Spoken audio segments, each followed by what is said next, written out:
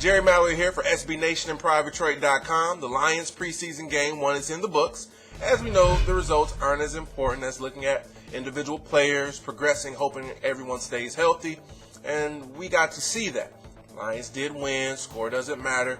And our reactions, let's not overreact anyway. Good or bad, it's game 1 of the preseason. But we do have some things to look at, so we're going to talk about that. Also, there was a very interesting post in the fan post section on PrivateTrade.com. We're going to chime in and discuss that, maybe get some of the video watchers to chime in on this interesting post, Sean Hill versus Matthew Stafford. And then we're going to talk about something that's going on in the NFC North. Have you been paying attention to this? This could shift the power structure of who is the number 1 team in our very own division. So let's talk about the preseason game first. We have some guys that did good. We have some areas of concern. Let's talk about the guys that did good. Ezekiel Ziggy Ansah, number 5 pick. You know I'm concerned about him, worried because of his age and being raw. Not saying he's not going to be good, just worried. I think some people share my sentiment. Some people think he's a surefire player. Well, his first preseason game was great. He came right in, got the pick 6, tackle for a loss, and he went up against DeBrickashaw Ferguson. Let's not forget about that point. One of the more stout left tackles, one of the better left tackles in this league, a veteran at his own right, against a guy that had very little experience, but he showed his speed, his power, his quickness, and definitely showed his instincts on the interception. Very good return so far. So we're writing that in pencil. We're not putting it in pen. We're not etching it in stone, but we're writing in pencil. Ezekiel Ansah, so far, so good. The same can be said for Hovard Rugland. I don't know if I'm saying his name right.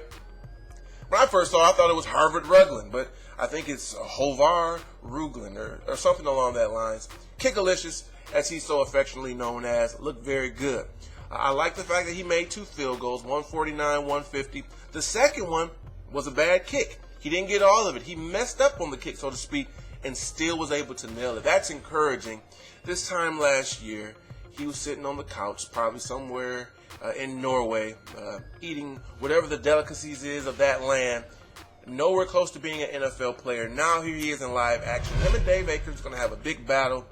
I think Akers would have to really do bad and Rugland do good for Rugland to get to the roster spot. I hope he does, though. If they both play good, it'll probably go to Akers because he's a veteran, but we want to see more good things from Kickalicious. And third, he didn't do a lot, but Patrick Edwards is someone that I hope wins the return job.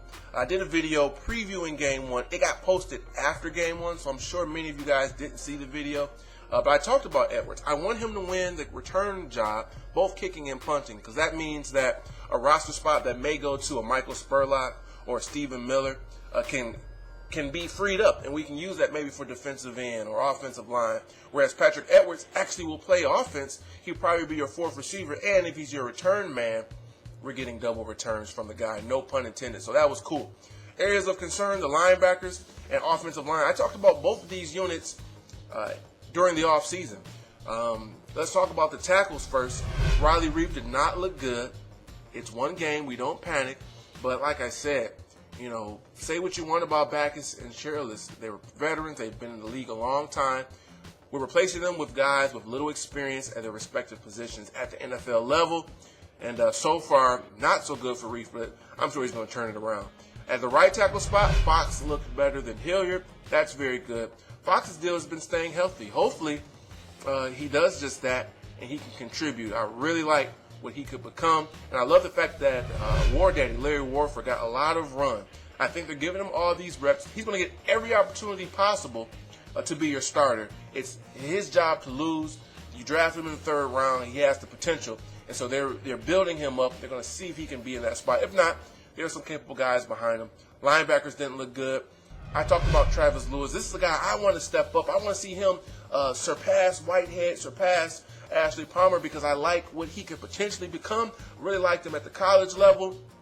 He looked bad. Linebackers in coverage did not look solid. So, again, there's an area I talked about during the offseason they didn't really address. Hopefully, this is just a preseason week 1 we're talking about these 2 units and not all throughout the season. I don't know. I expressed concerns about it right from the get-go. Matt Stafford, he looked rusty, throwing off his back foot once again. If it wasn't for Calvin, he wouldn't have much of a stat line, and even the stat line he had with Megatron was not impressive, which leads to the post that was on our fan post section at PrideDetroit.com by a user named Magic with a capital C at the end. Is Shaun Hill more efficient than Matthew Stafford? And so he's not basing this off of one game in the preseason, although this game is in all of our minds. He's looking at the short stint he had when he played against Tennessee last year, and then the body of work. I'll put it to you like this. Here comes a confusing Madden analogy that might not make sense.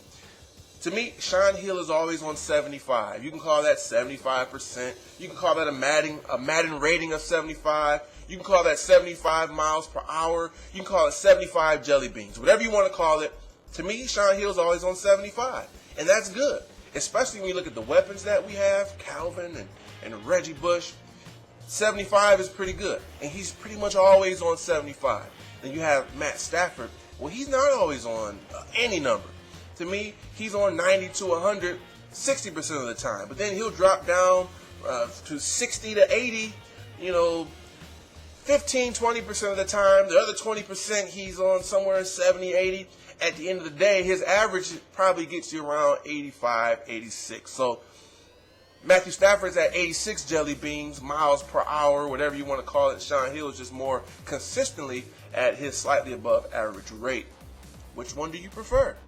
I don't think this is up for discussion. Most fans know Stafford is the guy who's going to get the ball in his hands. But let's say he struggles, and it's 8 games in, and his stats are similar to his stats in 2012. What do you do then? It could get interesting. I don't expect it to. But what are your thoughts on that? Because Magic isn't the only person that feels that way. Let's hear your opinions on that. Now, I was talking about the NFC North.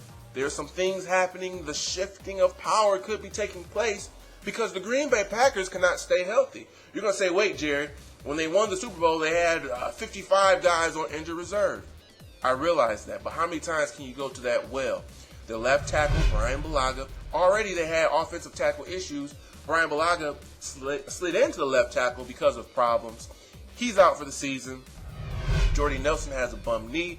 He's out 4 to 6 weeks, but it could be a lingering injury. You draft Eddie Lacy. He has a hamstring problem.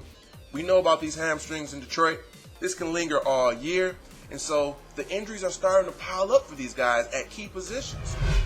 Dayton Jones, he's, banged up. They already lost Greg Jennings. So, if the injuries persist with this team, I think you got 3 teams under them that are ready, willing, and hopefully able to take that next step. The Lions, like I said, this is probably a 9 to 10 win team. The Vikings won 10 last year. I don't think they're going to win 10 this year, but hey, they very well could. My lights just went out. We're going to keep talking because that's what we do. The Bears, I think they may be the last place team this year, but they have the experience. The Packers injuries, the Lions coming up, the Vikings looking stout. It could be a change of the guards. Whereas the Packers are known as the NFC North for juggernauts. They're losing key guys at the right position. So we'll have to wait and see. So what are your opinions? Game 1, Hill versus Stafford, the changing of the guards, the Packers, the sky is falling at Lambeau in Green Bay. And yes, by Lambeau, I'm talking about the field and not the car, Darius Slay. All right, guys, leave your comments, thoughts, etc., etc. Subscribe at the allocated section. We'll be back later on in the week. I want to thank each and every one of you for watching. And as always, this has been Jerry Mallory for SB Nation and PrideDetroit.com.